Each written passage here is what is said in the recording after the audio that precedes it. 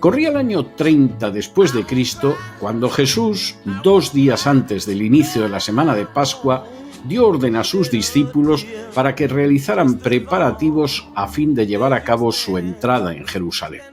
Así, al acercarse a Betfagé y Betania, al monte que se llama de los Olivos, envió a 2 de sus seguidores con la orden de que fueran a la aldea de enfrente, porque al entrar en ella encontrarían un pollino atado que nadie había montado con anterioridad.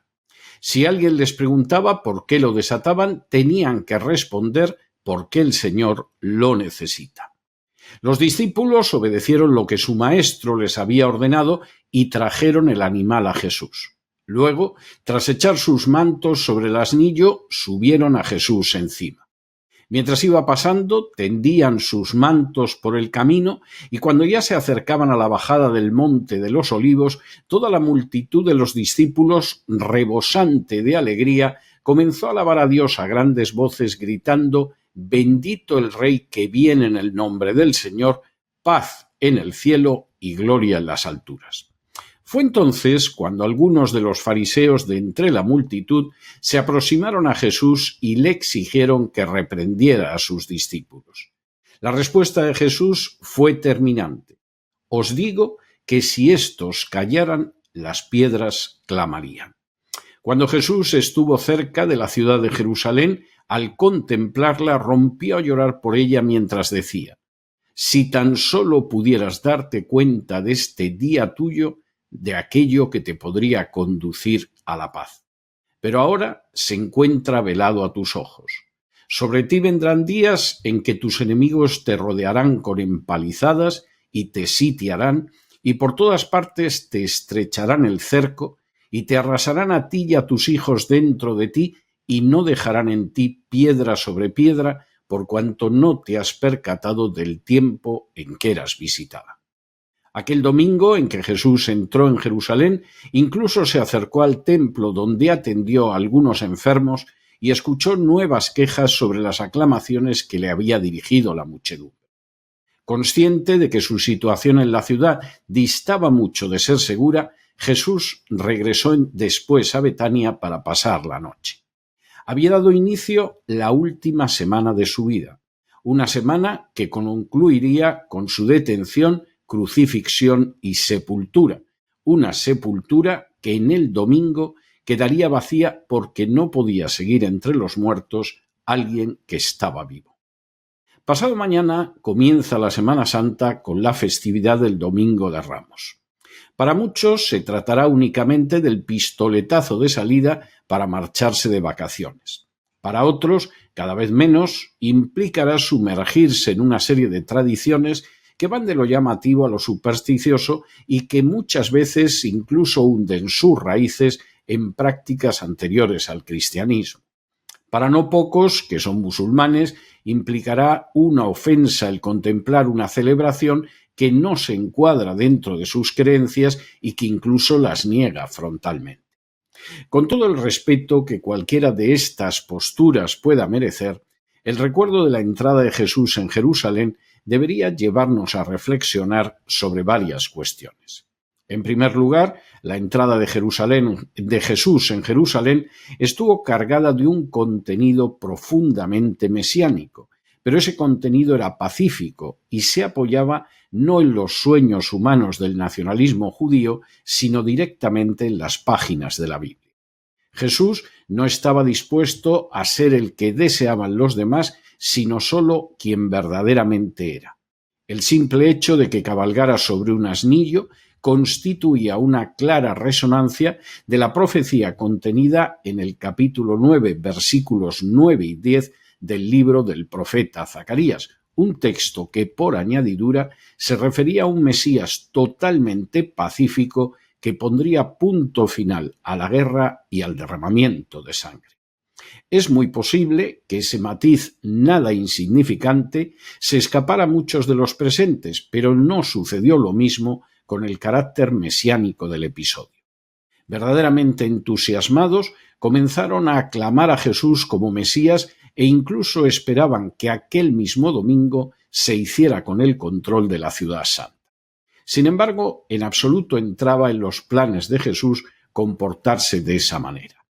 Tampoco complacería Jesús a otros sectores bien distintos de la enardecida multitud, como un grupo de fariseos que lo amonestó por permitir que la gente lo aclamara como el ansiado Mesías. Jesús era quien era y actuó de acuerdo con esa identidad. Seguir a Jesús implica, por lo tanto, el ser fiel a uno mismo, implica no dejarse llevar por la adulación o por las amenazas, implica no desviarse del recto camino trazado. En segundo lugar, Jesús fue totalmente consecuente con su visión por encima de la opinión que pudieran tener los demás. Dice mucho de su carácter el que no se dejara arrastrar por el entusiasmo que mostraba la muchedumbre y mucho menos pensara en una toma de la ciudad santa como hubieran ansiado muchos. Por el contrario, Jesús estaba convencido de que, tal y como señalaban las Escrituras acerca del Mesías siervo, iba a ser rechazado. Seguir a Jesús implica, por lo tanto, no tener en cuenta el rechazo de los demás, las calumnias o las amenazas.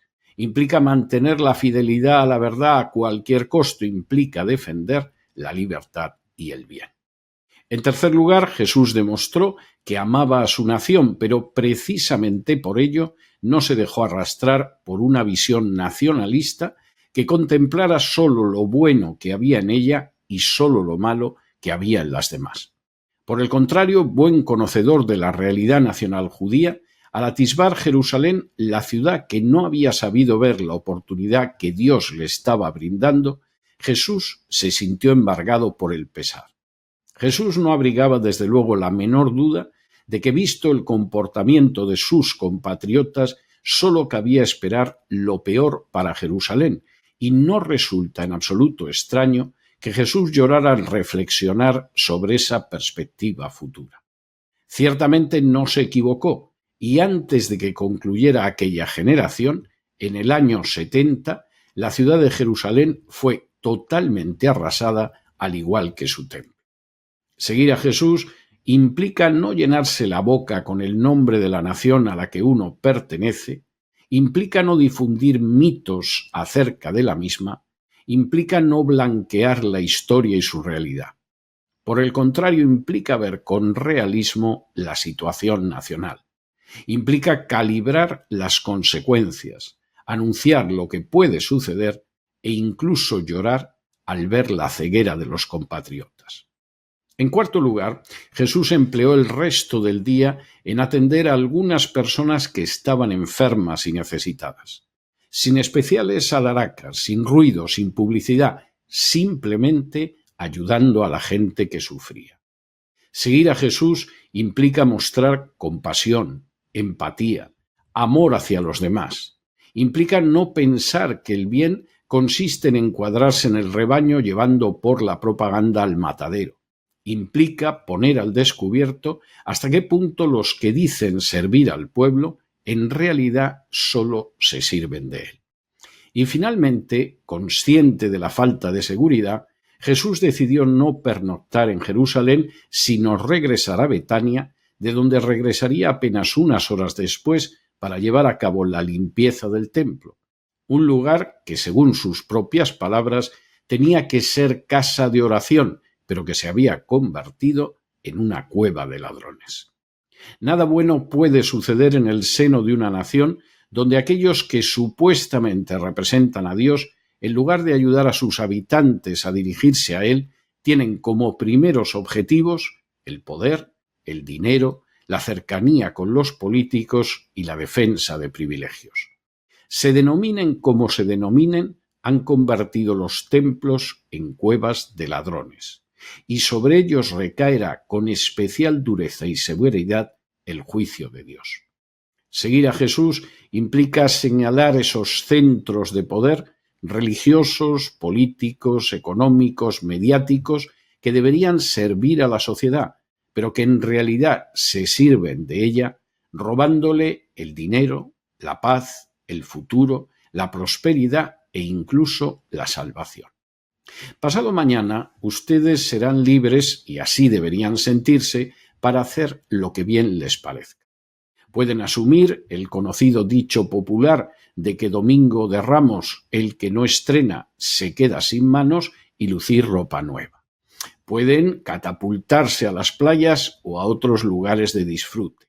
Pueden sumarse a tradiciones de siglos empapadas de localismo y no exentas de notas pintorescas.